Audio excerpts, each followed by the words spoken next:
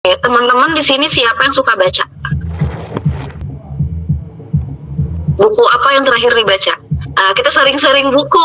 Aku kemarin baca ini. Aku baca ini berasa dimarahin, tahu nggak sih? Kenapa bisa berasa dimarahin? Pernah nggak kalian baca buku tapi kayak dimarahin? Kalau ini udah buku kedua aku untuk ngerasa kayak baca chat loh. Oh, baca Wattpad, oke. Nah, jadi teman-teman, aku mau sharing sedikit apa yang aku lagi baca. Aku belum beres bacanya. Buku ini dengan judul Jangan Sampai Ada dan Tiadamu di Dunia Ini Sama Aja.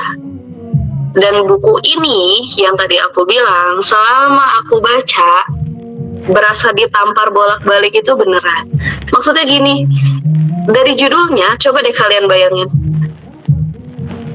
Se-impactful apa sih judul ini? Jangan sampai adanya aku, gak adanya aku, dunia ini tuh sama aja. Kayaknya lalat lebih punya makna daripada aku deh. Iya gak sih? Kok kayaknya aku kalah sama lalat gitu. Lalat aja walaupun kita taunya dia kotor, tapi dia itu hidup penuh makna. Dia tahu dia ngapain, dia tahu dia harus apa dan kemana, dia tahu. Kok aku nggak bisa lebih berharga dari lalat ya? Kalau aku nggak punya ini, nggak bisa memberi makna sama dunia ini. Nah, tapi di dalam buku ini tuh menariknya, ada bagian di mana menyampaikan kalau misalnya kita nggak mulai untuk mengenal diri, entah itu kita punya luka, entah itu kita memang nggak tahu mau kemana dan lainnya, dan tidak berusaha untuk mengenali diri, bisa jadi malah kehadiran kita itu bisa merugikan orang sekitar kita tanpa kita sadari. Kenapa bisa begitu? Karena semua itu gak ada yang mungkin ya. Kalau misalnya untuk aku, gak ada hal yang mungkin, semuanya itu udah pasti. Kalau misalnya kita tidak ada dalam kebaikan, maka kita ada di keburukan. Kalau misalnya kita tidak sedang memberi, berarti kita hanya terus menerima. Kalau misalnya apalagi berarti, kalau misalnya kita tidak belajar, berarti sebenarnya kita tahu apa. Jadi menarik kan maksudnya. Ternyata ketika kita tidak mengenal diri, bisa jadi ada kecenderungan hal seperti itu tanpa kita sadari. Jadi jangan salah ya, ternyata hal-hal seperti ini walaupun kecil tapi bisa berdampak untuk orang lain. Terus ketika kita bicara tentang, oh berarti kita harus punya peran dong, kita harus kontribusi dong. Kontribusi seperti apa? Nah, menariknya di dalam buku ini, kontribusi itu kadang di kepala kita tuh kayak harus hal yang besar gitu. Kayak harus menyelamatkan Indonesia dari pemilik sawit gitu ya misalnya. Atau misalnya untuk menyelamatkan apa ya misalnya, kayak harus bikin sebesar karya pesta babi yang kemarin misalnya. Sebenarnya nggak selalu harus sebesar itu, tapi selama ini coba deh teman-teman menilai diri sendiri. Pernahkah teman-teman sadar sudah belum ya kehadiran aku ini menyentuh hati orang lain? Pernah nggak ya selama ini ada kebaikan aku yang bisa membantu orang lain? Karena ternyata kontribusi itu bukan tentang besar kecilnya, tapi pernah nggak? Kayak gitu. Nah, kayak boleh di next. Hingga akhirnya akan ada muncul pertanyaan. Dan pertanyaan ini menurut dari sejauh ini yang aku baca, pertanyaan-pertanyaan ini tuh krusial untuk kita juga mengenal diri. Coba sampai sejauh ini dengan umur yang sudah kita miliki ini, apa yang bisa kita lakukan? karya apa yang pernah kita buat, dan lain sebagainya. Teman-teman bisa baca sendiri. Soalnya apa? Aku di ruang konseling banyak menemukan orang itu tidak merasa dirinya berharga. Aku banyak menemukan orang-orang yang terus overthinking dan merasa dirinya itu enggak layak untuk siapapun. Aku tuh sering loh menemukan hal-hal kayak gitu, dan usianya muda-muda. Ya rentangan usia teman-teman lah sama. Lalu aku tanya, sejauh ini sudah ngapain aja? Nggak ada. Lah, gimana? Susah. Kenapa? Karena teman-teman, otak kita ini butuh pembuktian. Kamu tuh bisa loh. Tapi bukan cuma feeling doang. Kamu harus buktiin kalau kamu itu bisa. Jadi, kalau misalnya teman-teman nih ya, dari pertanyaan-pertanyaan ini belum ada yang direalisasikan alias ditindak lanjuti gitu ya, membuat sesuatu even itu kecil gitu ya, akan selalu berpikir kalau diri itu tidak bernilai. Padahal jangan-jangan bukan diri yang tidak bernilai, tapi memang belum tahu nilainya apa. Oke, next. Nah, di sini ada yang lebih esensial dari 5 pertanyaan tadi. Gimana caranya aku hidup, memberikan dampak, menyentuh hati, memberi makna, tapi aku sendiri juga nggak tahu gunanya aku di dunia teh jadi apa. Lalat mah udah tahu dia teh lalat. Kayak udah otomatis gitu. Oh, aku lalat, aku akan mencari makanan yang busuk, aku akan pergi kemana, aku mencium bau. Kan kayak gitu ya. Manusia coba lahir ke dunia lupa semua. Padahal sebelum turun udah dikasih lihat dari awal hidup sampai akhir nanti itu akan seperti apa kehidupan kita, dan sudah diiyain guys. Itu tuh kita sudah setuju, udah agree, udah seal.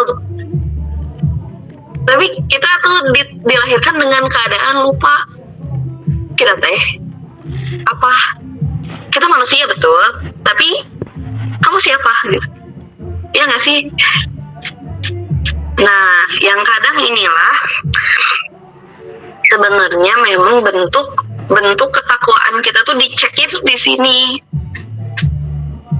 Coba kebayang nggak? Nah, ada yang lebih ini lagi ya. Kenapa aku bawa buku ini akhirnya di sini? Jadi singkat cerita, aku ini sedang mengikuti suatu kajian, bukan kajian ya. Aku itu sedang ikut sekolah pranikah. Mungkin teman-teman pernah dengar atau familiar dengan hal itu, sekolah pranikah. Menurut teman-teman nih, kalau yang udah tahu, menurut kalian orang ikut sekolah pranikah itu udah siap nikah atau belum? Yang udah siap atau belum? Coba aku mau tanya di kolom chat. Menurut teman-teman, kalau ada orang ikut sekolah pranikah, di anggapannya teman-teman, itu udah siap atau belum? Coba.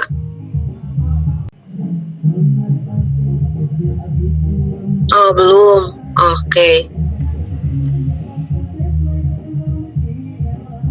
Berarti kebalik ya. Berarti anggapan baru nih. Karena aku mengira orang-orang yang sudah mulai aware dengan kajian seminar pernikah seperti itu adalah orang-orang yang memang dia itu sudah siap untuk menikah, makanya dia menyiapkan diri. Aku berpikirnya begitu. Tapi ternyata teman-teman kebayang nggak? Aku sudah ikut 7 pertemuan dengan kurang lebih 12 guru yang berbeda. Kebayang ya, 7 pertemuan, 12 guru. Dari semua orang, ada satu kesimpulan yang selalu keluar. Apa coba? Jadi sebelum kita memulai untuk pernikahan, harus selalu dengan mengenali diri. Dan itu di 12 guru yang menyampaikan semuanya sama. Harus kenal diri, harus kenal emosi diri, harus tahu cara regulasi diri. Dan itu semua dimulai dari mengenali diri. Makanya kenapa aku membawa tema ini, karena ternyata penting banget ya. Hampir semua hal nih teman-teman, kalau kalian dipikir-pikir lagi, Semuanya berawal dari sini. Dan banyak ya, kalau yang akan dibahas hari ini mungkin tidak akan terlalu banyak membahas tentang ruh, tidak akan membahas banyak tentang tujuan penciptaan dan sebagainya. Mungkin aku tidak akan banyak bahas ke sana. Tapi teman-teman, itu salah satu yang penting. Yang kedua, mengenal diri. Ini kenapa penting? Karena kalau teman-teman mau jadi bagian dari pembangun peradaban yang lebih baik, kalau teman-teman merasa per hari ini hidup teman-teman itu berada di bawah kuasa yang bisa dibilang kurang menyenangkan. Bukan kurang menyenangkan lagi ya, tapi banyak membuat kita menghela nafas gitu ya. Pasti kita ingin punya kehidupan yang lebih baik, betul ya. Dan kehidupan itu tuh tidak bisa serta-merta tiba-tiba datang. Tapi kita semua, aku, teman-teman semua, itu menjadi bagian dari pembangun peradaban ke depannya. Kalau kita mau peradaban yang lebih baik, maka yuk kita hari ini mulai kembali mengenal diri. Kita kembali mengenal tujuan kenapa kita diciptakan, untuk apa kita diciptakan, agar kita senantiasa untuk punya alasan yang lurus, punya niat yang lurus setiap kita mau melakukan sesuatu. Karena kita tahu sebab akibatnya. Oke, boleh next lagi.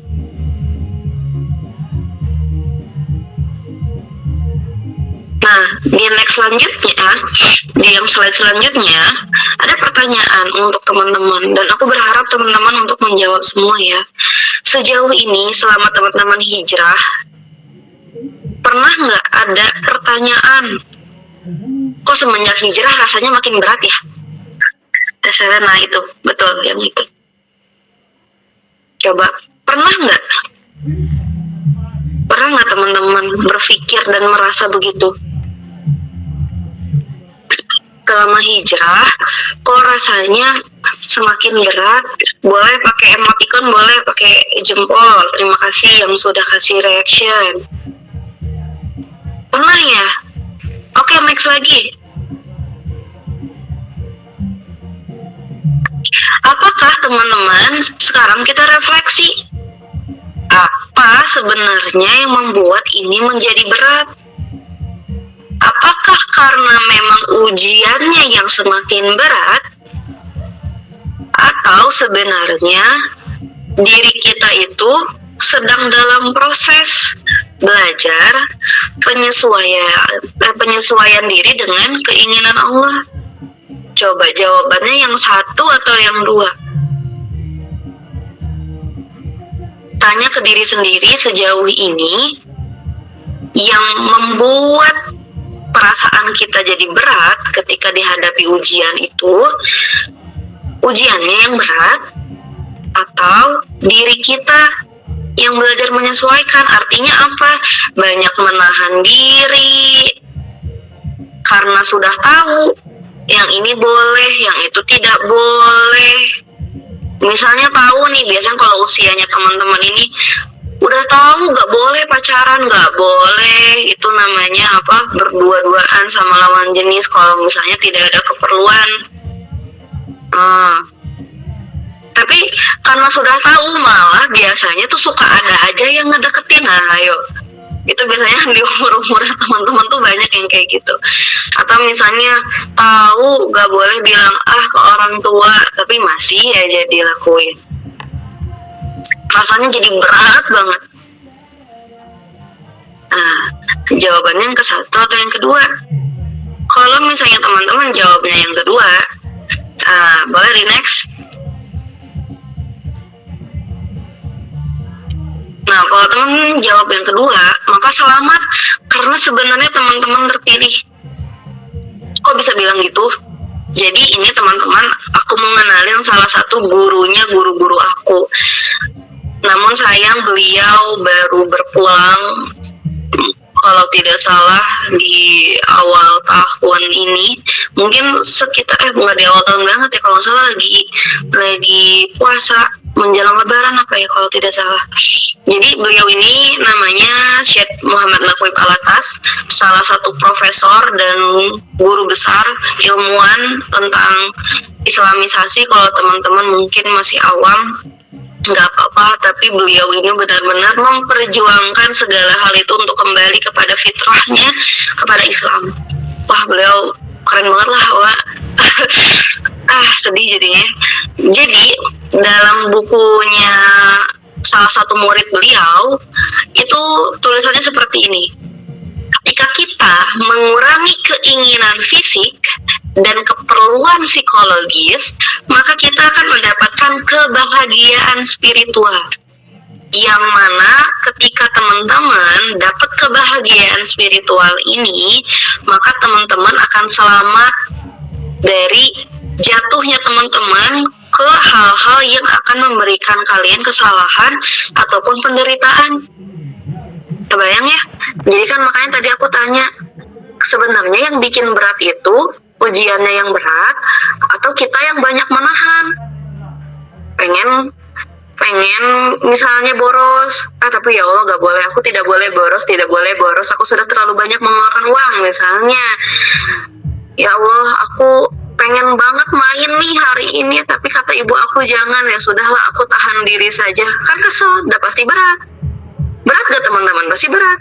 Belajar aja, jam segini teman-teman masih mengusahakan diri untuk belajar. Mungkin yang lain lagi tidur, nggak tahu lagi main PUBG, nggak tahu lagi main apa ya tuh, main game online yang kayak gitulah ya. Tapi kalian menahan diri dan lebih memilih untuk belajar. Memangnya mudah? Enggak, aku mah yakin enggak, karena apalagi untuk awal-awal semua itu pasti akan terasa sulit. Tapi selamat, teman-teman akan diselamatkan oleh kemampuan kalian untuk dari kemampuan kalian mengurangi keinginan fisik dan juga keperluan psikologis tadi, teman-teman terhindar dari hal-hal yang buruk kayak gitu. Oke, boleh next lagi.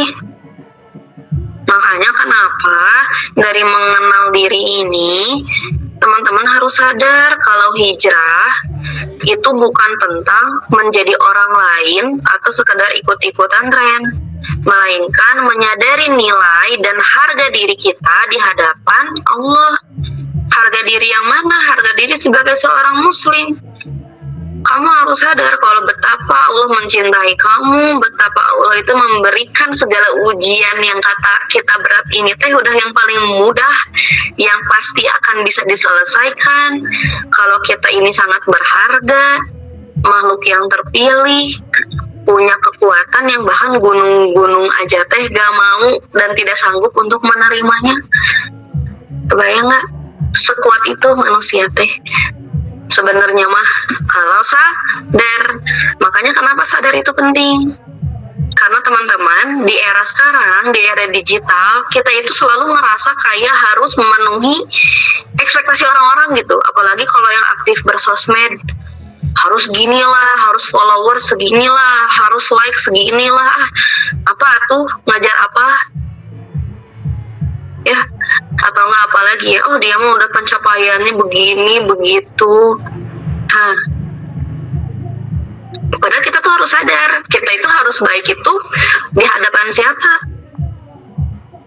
Jangan-jangan selama ini kita berpikir kalau kita aku kan berbuat baik untuk Allah, tapi padahal dalam hati kecilnya masih ingin dipuji orang. Gak sadar itu teh, makanya kenapa sadar teh penting, makanya kenapa mengenal diri teh penting gitu. Oke, next. Nah, di sini teman-teman, nanti Teh Selen boleh di next ke 2 halaman berikutnya.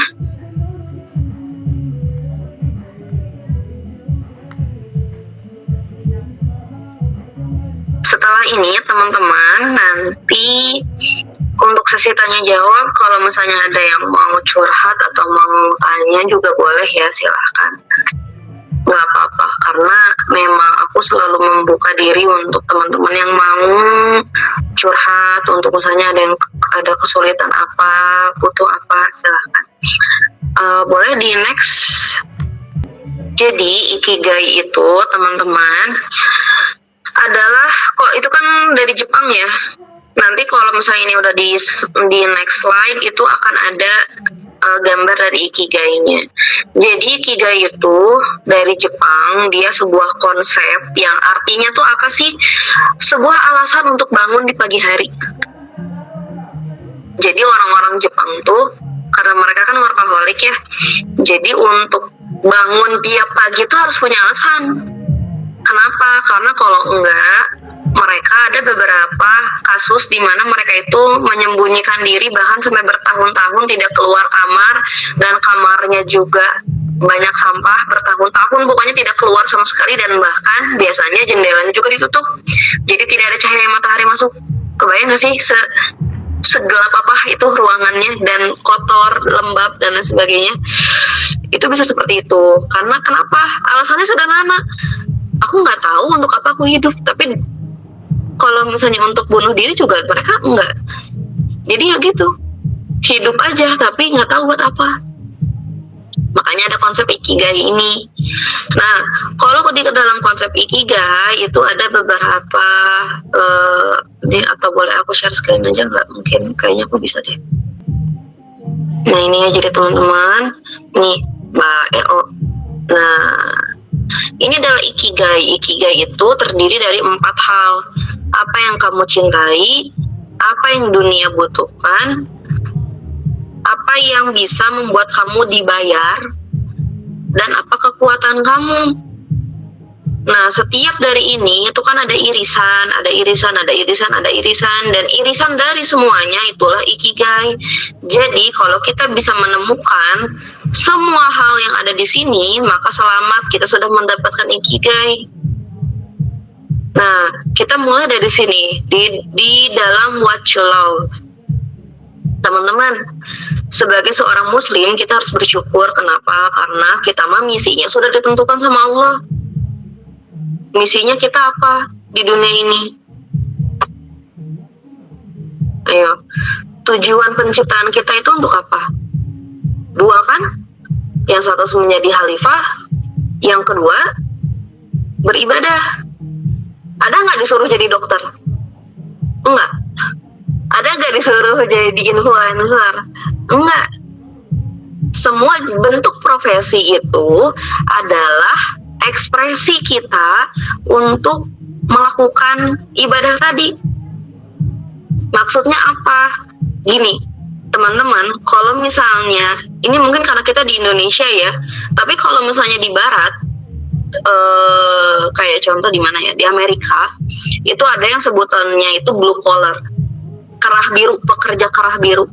Jadi pekerja kerah biru ini adalah orang-orang yang bekerja dengan tenaga mereka. Asa keren ya. Kalau misalnya di Indonesia itu apa? Kuli. Kebayang nggak? Jadi kalau misalnya di mereka segala jenis pekerjaan itu dihargai. Tapi kalau untuk di Indonesia itu seolah-olah ada gap. Yang keren itu jadi dokter, kalau misalnya kamu jadi pekerja di bengkel tuh kamu nggak keren gitu. Itu adalah mindset yang terbangun secara konstruksi sosial. Hari ini aku ingin teman-teman sadar kalau teman-teman, jadi apapun teman-teman, itu misinya 2. Untuk beribadah, maka lakukanlah segala jenis kegiatan itu untuk beribadah. Dan yang kedua, untuk menjadi penyelamat bumi. Karena khalifah itu artinya menjaga bumi. Jadi itu 2. Tuh misinya sudah ditentukan. Terus untuk apa yang dunia butuhkan, sepertinya kita juga bisa lihat ya, banyak yang dunia butuhkan. Tapi secara sederhananya, sebenarnya ketika kita menjadi orang yang baik dan benar, itu pun pasti akan sesuai dengan yang dibutuhkan dengan dunia ini.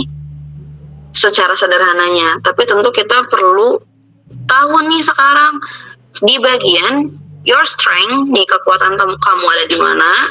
Sebentar ya.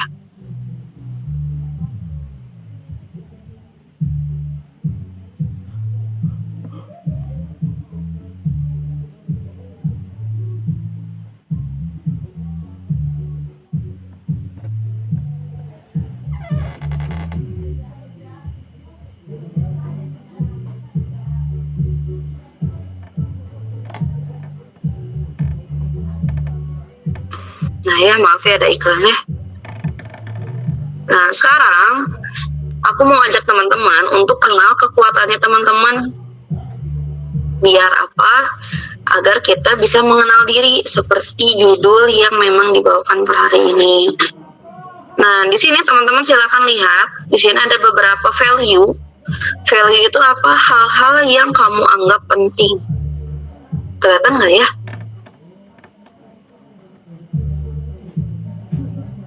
Ini salah. Nah, kelihatan nggak teman-teman? Nah, di sini kurang lebih ada lebih dari 20 value. Sekarang teman-teman, aku berikan waktu 2 menit untuk memilih berapa ya? Berapa dulu ya? Untuk memilih 15 value yang cocok untuk kalian. Jadi kalian sendiri yang menilai, ini aku banget gak ya? Ya, silahkan waktunya dimulai dari sekarang sampai 20.39 kalau di aku. Waktunya 2 menit, silahkan tentukan 15 nilai. Mau ditulis, mau ditandain, silahkan.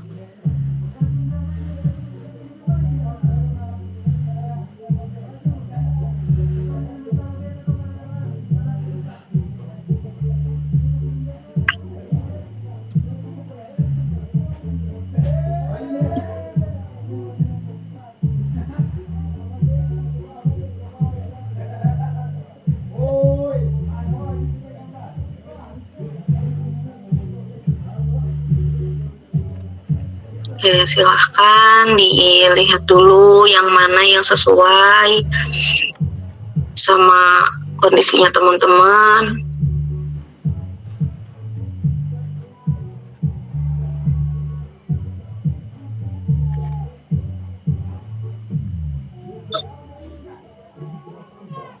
Ada 1 menit lagi.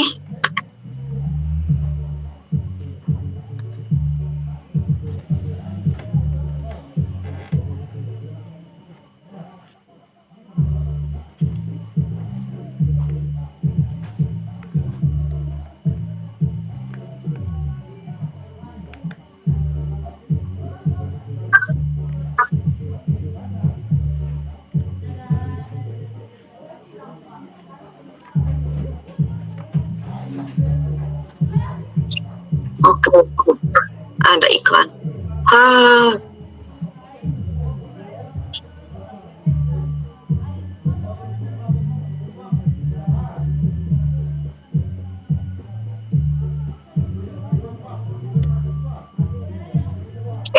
Waktunya sudah ya. Semoga sudah menemukan 15. Sekarang cari lagi dari 15 tadi, silahkan dikurangi menjadi 10.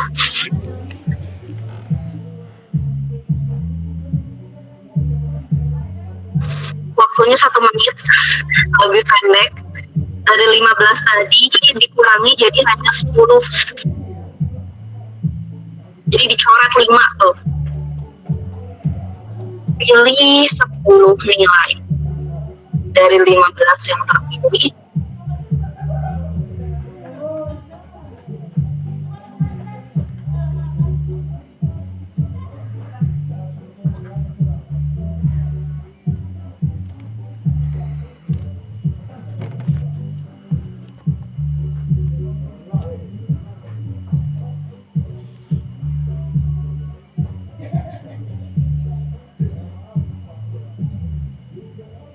Oke, waktunya habis. Sudah ketemu 10, boleh kasih reaction jempol. Oke, sudah nemu 10, kurangin lagi jadi hanya 5 teman-teman.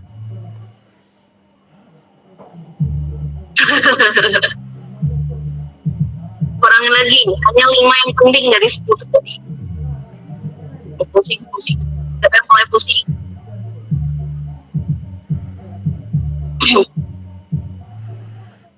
Sama 1 menit lagi. Pilih hanya 5. Sudah.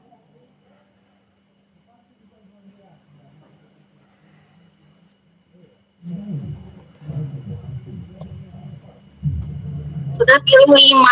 Sekarang teman-teman Tentukan hanya 3 dan diurutkan nomor 1, 2, dan 3. Pilih 3 dan tuliskan nomor 1 apa, 2 apa. Urutan value kamu.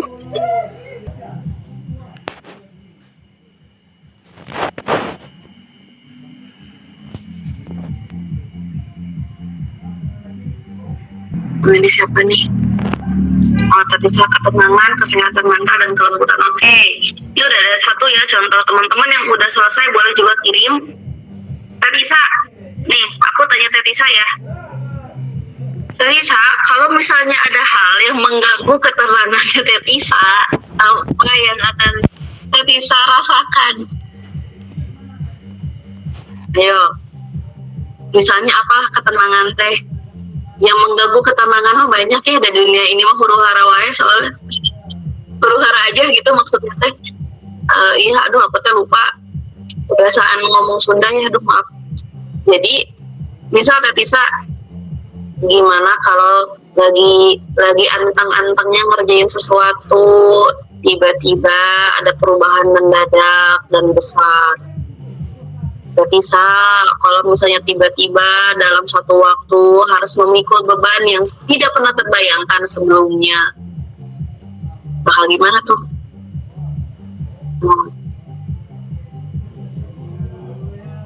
Atau nih misalnya kelembutan, ini kemungkinan besar kayaknya Tetisa empati dan harmoninya kuat ya. Kalau misalnya emang suka tenang dan hal-hal yang oleh kita bermaaf-maafan saja ya, harmoni saja ya, tidak perlu ada perkelahian gitu. Tetisa, kalau misalnya ada orang teriak-teriak ke Tetisa, sebel gak? Ngomongnya teh marah-marah tuh kan pasti kesel. Karena apa? Karena tidak sesuai sama nilai yang Tetisa pegang. Oke, lagi ada ibadah tanggung jawab ketenangan. Oke, jadi ya Tetisa mencari nilai. Oh iya. Nah teman-teman, ketika kita sudah mengenal diri kita, mengenal value kita akan tahu ketika ada hal-hal yang bertentangan dengan nilai ini, tentu kita akan merasa tidak nyaman. Itu pasti. Tapi sebagai manusia yang Allah berikan akal, kita itu juga diajarkan untuk bijak mengelola perasaan kita. Karena kenapa? Hidup kita ini akan selalu banyak hal yang bertentangan dengan value kita.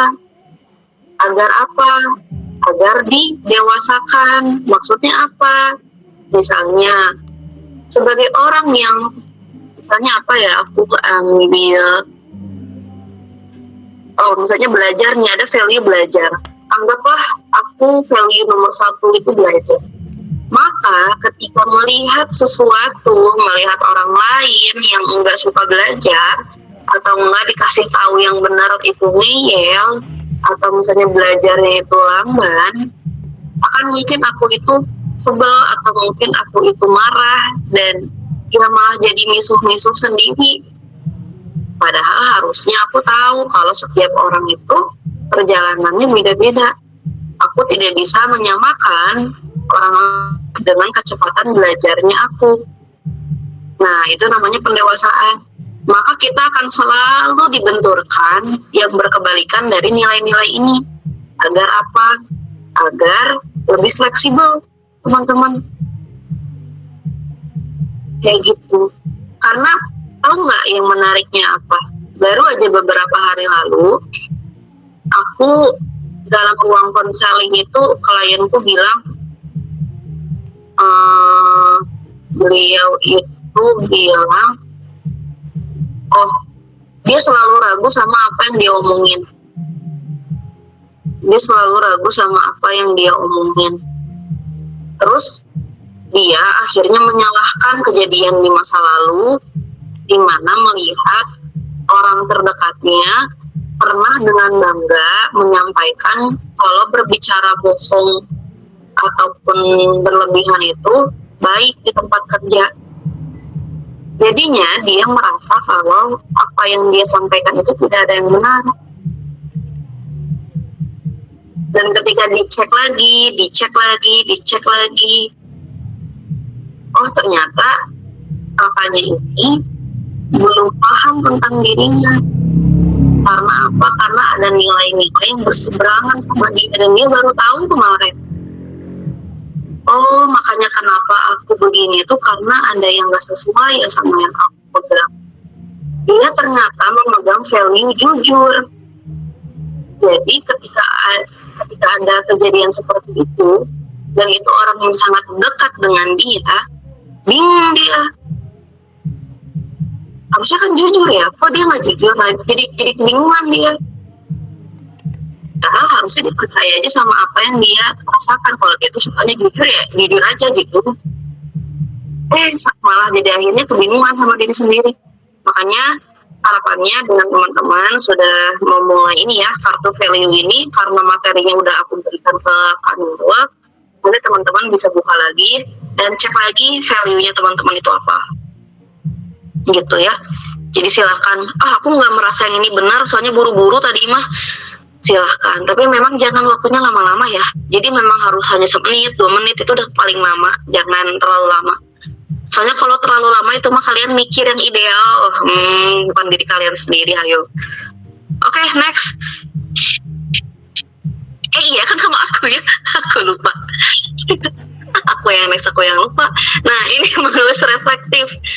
Nah, teman-teman, ini juga aku mau bantu nih teman-teman. Aku jadi malu ya.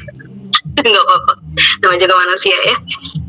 Untuk journaling, jadi journaling ini bisa dijadikan salah satu cara untuk teman-teman kenal diri. Kenal apa? Kenal emosi teman-teman, kenal diri kalian tuh kalau lagi marah tuh kayak apa sih gitu ya. Jadi silahkan menulis apa yang ditulis. Misal kalau ada kejadian yang bikin kalian dongkol, ada kejadian yang menyenangkan banget, pokoknya man kayak gitu. Jadi ada kejadian apa, kalian merasakan emosi apa tuh tulis. Nanti setelah itu, setelah ditulis ceritanya kayak apa, kalian pakai pertanyaan ini. Pertanyaan ini juga hal yang paling sering aku gunakan di dalam ruang konseling. Jadi insya Allah walaupun teman-teman gak ketemu konseling sama aku, teman-teman bisa coba cek sendiri dengan menanyakan ke diri sendiri. Ini pertanyaannya. Misalnya, di satu hari aku ditinggalkan teman kerjaku tanpa kabar, padahal udah janjian mau pulang bareng. Dia malah pergi sama teman yang lain, malah main gitu misalnya mereka tanpa bilang-bilang ke aku. Sebel kan? Aku tulis. Terus nanti aku tanya, apa ya yang bikin aku merasa sebal, aku merasa sedih ketika aku ditinggalkan tanpa kabar? Apa ya? Oh, ternyata itu membuat aku merasa ditinggalkan. Oh, ternyata aku nggak suka ya ngerasa ditinggal begini. Oh, ternyata ditinggal begini, kalau dipikir-pikir lagi, membuat aku teringat kalau dulu juga aku suka ditinggalin, misalnya sama orang tua, atau mungkin pernah ditinggal sama orang yang disayang, anggota keluarga, atau mungkin peliharaan. Itu tuh bisa membuat kita terluka, dan ya memang begitu. Tapi kita makanya harus kenal. Jangan-jangan kenapa sedih tuh bukan karena ditinggalin temennya, tapi karena belum berdamai sama luka-luka yang dulu. Nah, jadi silakan teman-teman cari jawaban-jawaban ini di dalam jurnalnya teman-teman, ya kan. Lalu aku pas di konseling, kliennya tuh pinter, jadi semuanya kayaknya dia tuh lebih pinter dari aku gitu. Jadi kayak ini tuh butuh konseling nggak ya orang teh gitu.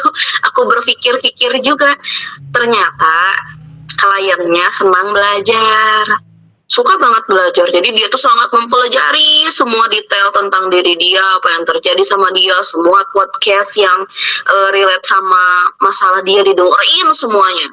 Tapi akhirnya dia bilang, aku mah bingung, sama udah ngedengerin semua juga kayak nggak ada perubahan. Tahu nggak salahnya di mana?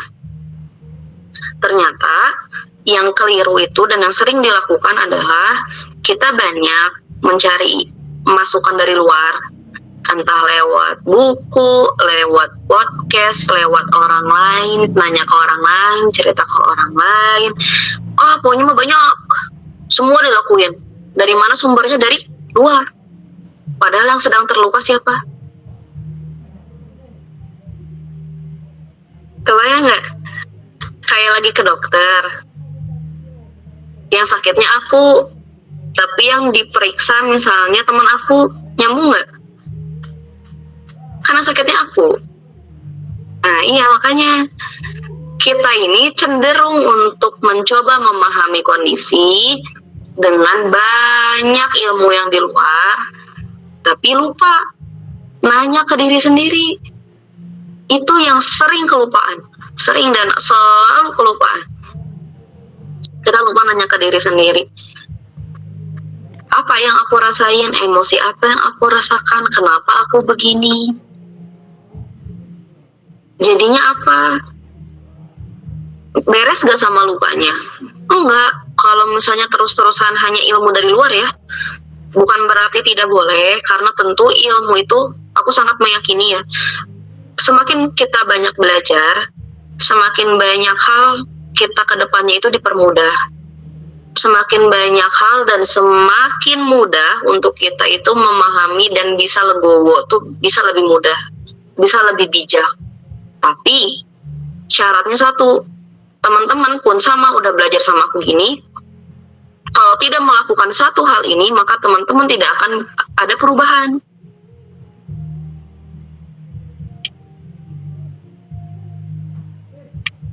Jadi sebagai penimba ilmu, itu wajib hukumnya untuk dua. Satu, membagikan lagi ilmunya. Dua, menerapkan ilmunya. Wajib. Hei, yang sudah belajar. Tapi bukan ke orang lain nuntutnya, ke diri sendiri. Makanya susah ya, berat. Gitu. Kalau misalnya kita tidak melakukan, maka tidak akan ada perubahan. Jadi gitu.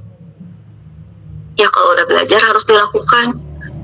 Dan sama dengan klien aku kemarin, hingga akhirnya dia baru sadar ketika aku refleksi. Kan kalau refleksi itu aku ajak teman-teman untuk kenal diri kalian, bukan untuk kemana-mana lagi. Enggak, aku mencoba bantu teman-teman untuk lihat ke dalam diri.